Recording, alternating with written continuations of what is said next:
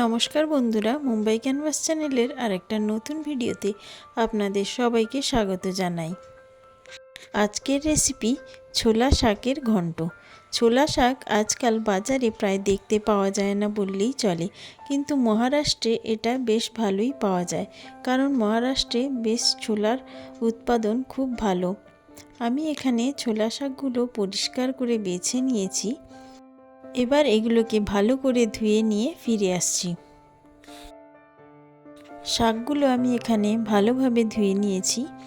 শাকগুলোকে দেখে মনে হতে পারে যে এগুলোকে পরিষ্কার করে বাছা খুব শক্ত, তবে আমি এখানে যেভাবে দেখাচ্ছি পাতাগুলো পেছনের দিক থেকে ধরে টেনে বার করে নিলেই চলে আসবে, আর সামনের দিকে নরম পাতাগুলোকে হাত দিয়ে কেটে নিতে হবে। এইভাবে ছোলা শাক বাছলে খুব তাড়াতাড়ি বাছা হয়ে যায়, তবে প্রত্যেকটা ওই শক্ত কাঠি থেকে বেছে নিতে হয়। ঠিক এইভাবে আমি সমস্ত শাককে বেছে নেব। এগুলো বেছে নিয়ে একদম মিহি করে কুচিয়ে নিতে হবে। আর আমার এখানে লাগবে রসুন, টমেটো, কাঁচা লঙ্কা, পেঁয়াজ আর অল্প একটু বেসন।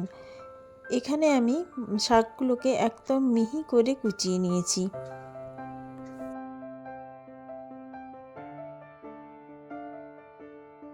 বাকি সমস্ত উপকরণগুলিকেও একইভাবে খুব মিহি করে কুচিয়ে নিতে হবে।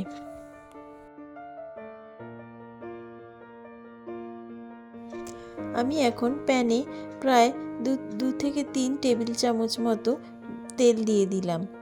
এবার আমি এর মধ্যে পেঁয়াজগুলো দিয়ে দিচ্ছি।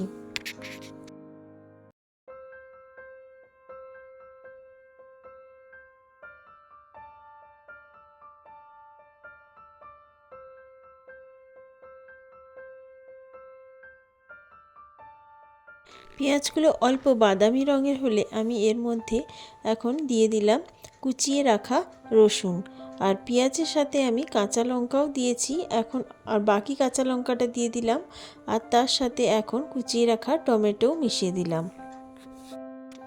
টমেটোগুলো যাতে তাড়াতাড়ি গলে যায় তার জন্য আমি এখানে অল্প একটু নুন মিশিয়ে দিলাম। পুরো মশলাটা এইভাবে একদম গলিয়ে নিতে হবে। ধীরে ধীরে কম আঁচে এটাকে ভাজতে থাকলেই মশলাটা আর টমেটোগুলো ভালোভাবে একদম মিশে যাবে। আর আমি এখন দিয়ে দিলাম এর মধ্যে 1 চামচ হলুদ আর অল্প একটু ধনে গুঁড়ো। সমস্ত মশলা ভালোভাবে কষিয়ে নেওয়ার পরে আমি এর মধ্যে দিয়ে দিচ্ছি কুচিয়ে রাখা ছোলা শাক। ছোলা শাকটা ভালোভাবে মশলার সাথে মিশিয়ে নেড়ে চেড়ে নিতে হবে।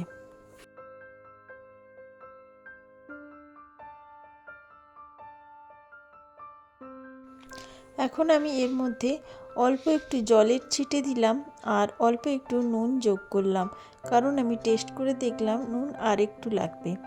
আর এখন আমি একটা আলাদা প্যানে যে 2 চামচ বেসন রেখেছিলাম সেটাকে আমি এখন এটাকে বাদামি করে ভেজে নেব। অল্প একটু রোস্ট করলেই হবে।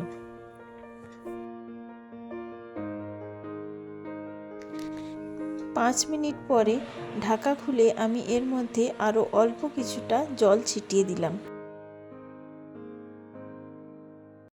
শাকটা ভালোভাবে মিশে গেছে আর ভালোভাবে সেদ্ধও হয়ে গেছে। এই সময় আমি এর মধ্যে রোস্ট করে রাখা বেসন এর মধ্যে মিশিয়ে দিলাম। বেসনটা ভালোভাবে শাকের সাথে মিশিয়ে নিলেই তৈরি হয়ে যাবে ছোলা শাকের ঘন্ট। বাড়িতে অবশ্যই এই রেসিপিটা একবার ট্রাই করবেন। রেসিপি আপনাদের কেমন লাগলো অবশ্যই কমেন্ট করে জানাবেন। ভালো লাগলে একটা লাইক, শেয়ার আর সাবস্ক্রাইব করে পাশে থাকার অনুরোধ রইল। দেখা হবে আরেকটা নতুন ভিডিওতে। টাটা।